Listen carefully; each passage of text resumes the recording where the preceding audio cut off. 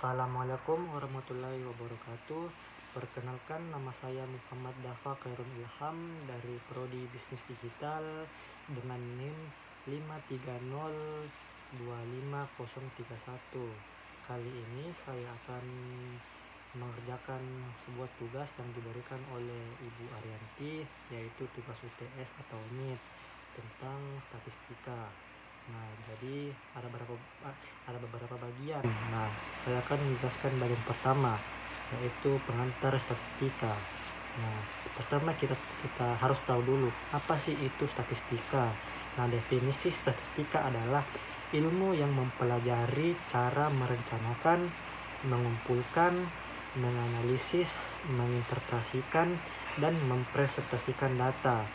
Nah, adapun jenis statistika antara lain statistika deskriptif, yaitu metode yang berkaitan dengan pengumpulan dan penyajian data sehingga memberikan informasi yang berguna.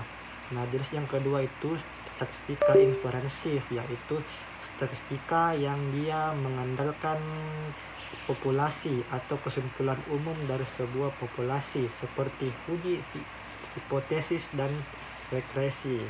Nah, pada kali ini saya akan menggunakan statistika deskriptif untuk pengumpulan data saya. Nah, sebelum kita mulai, tujuan video ini adalah memberikan gambaran nyata tentang pola pengeluaran dan mahasiswa di kelas melalui data yang konkret. Nah, pernahkah kalian bertanya-tanya, berapakah rata-rata uang yang dihabiskan teman sekelas kita hanya untuk jajan dalam seminggu? Nah, dalam video ini saya akan menggunakan statistika deskriptif untuk menjawabnya. Tujuannya bukan hanya menghitung angka, tapi juga mengubah data mentah menjadi informasi yang bermakna bagi hidup kita. Nah, bagian kedua yaitu pengumpulan data.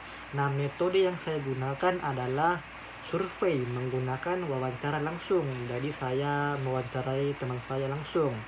Nah, untuk mendapatkan data, saya melakukan survei kepada 20 orang responden teman sekelas. Variabel yang saya tanyakan adalah berapakah total uang jajan kamu minggu ini. Nah, berikut adalah data mentah yang berhasil saya kumpulkan. Nah, ini adalah data-datanya. Jadi kelas intervalnya ada sampai 60 sampai 74 ribu dengan frekuensi 5 orang. 75 sampai 89 ribu dengan frekuensi 5. 90 sampai 104 ribu dengan frekuensi 6 orang. 105 sampai 120 dengan frekuensi 4 orang. Nah, dari total datanya adalah 20. Oke. Kita lanjut bagian ketiga. Nah, data mentah tadi cukup membingungkan jika dilihat satu persatu. Oleh karena itu, saya menyajikannya dalam tabel distribusi frekuensi. Bisa dilihat mayoritas mahasiswa menghabiskan 90 hingga 104 ribu rupiah. Untuk visualisasi yang lebih jelas, berikut adalah histogram. Nah, ukuran gejala pusat. Kita lanjut ke bagian D. Nah, mari kita hitung ukuran min, median, dan modus. Nah, pertama kita akan menghitung minnya. Jadi, rata-ratanya itu dia semua total jumlah nilai yang dikumpulkan dia dibagi dengan frekuensinya. Jadi, semua kalau ditotalkan itu ada 1.600.760. Nah, terus frekuensinya ada 20 orang. Nah, maka hasilnya 88. Jadi rata-rata pengeluaran adalah 88.000. 88.000 pengeluaran. Oke, kita lanjut. Kali ini kita akan menghitung median atau nilai tengah. Nah, karena jumlah data adalah genap, median adalah rata-rata data ke-10 dan ke-11. Data ke-10 adalah 80 dan data ke-11 adalah 90. Jadi mediannya adalah 80 ditambah 90 terus kita bagi dengan 2. Maka hasilnya adalah 85. Maka nilai tengahnya atau mediannya adalah 85.000 rupiah. Nah, yang ketiga saya akan menghitung modusnya. Ya, jadi nilai modus atau nilai yang sering muncul. Nah, di data saya ini angka 80 muncul sebanyak 5 kali. Nah, jadi itu paling banyak di antara angka yang lain. Jadi modusnya adalah Rp80.000. Nah, terus kita lanjut bagian ukuran penyebaran. Nah, bagian ini menunjukkan seberapa bervariasi uang jajan teman-temanmu. Nah, range-nya itu atau jangkauannya dia ada di, pertama kita hitung dulu data yang paling tinggi atau data max sama data yang paling rendah, data minimal. Nah, terus range-nya itu kita hitung dengan data maksimal dikurang data minimal.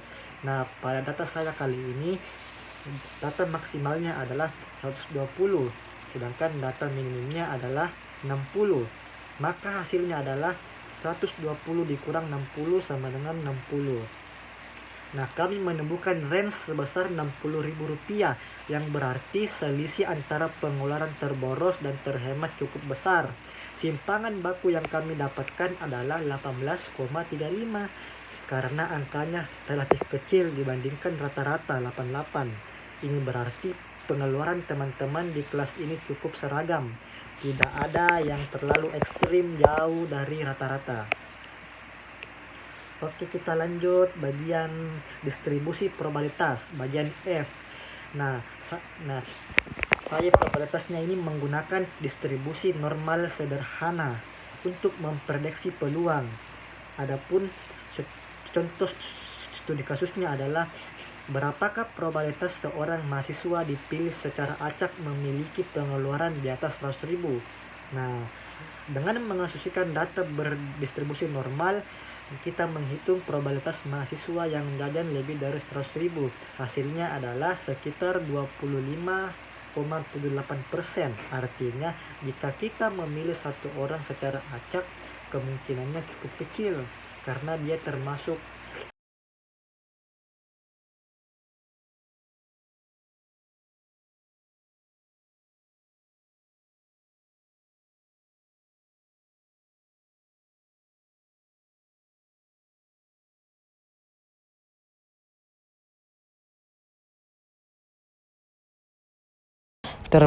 golongan yang boros. Nah, kita lanjut ke bagian kesimpulan. Nah, saya rangkum semua yang saya sudah berikan. Yang pertama itu rata-ratanya itu di Rp 88.000 per minggu. Nah, sedangkan persebaran datanya cukup merata, jadi tidak terlalu timpang. Nah, adapun ansiknya adalah mayoritas mahasiswa menghabiskan uang di kisaran 80 sampai 90.000. Hanya sekitar 25% mahasiswa yang pengeluarannya di atas 100.000. Ini menunjukkan gaya hidup mahasiswa di kelas ini cenderung hemat atau moderat. Nah, itu saja yang bisa saya dapat sampaikan. Terima kasih kepada Ibu Arianti karena sudah mengasih tugas SMIT ini. Itu saja. Assalamualaikum warahmatullahi wabarakatuh.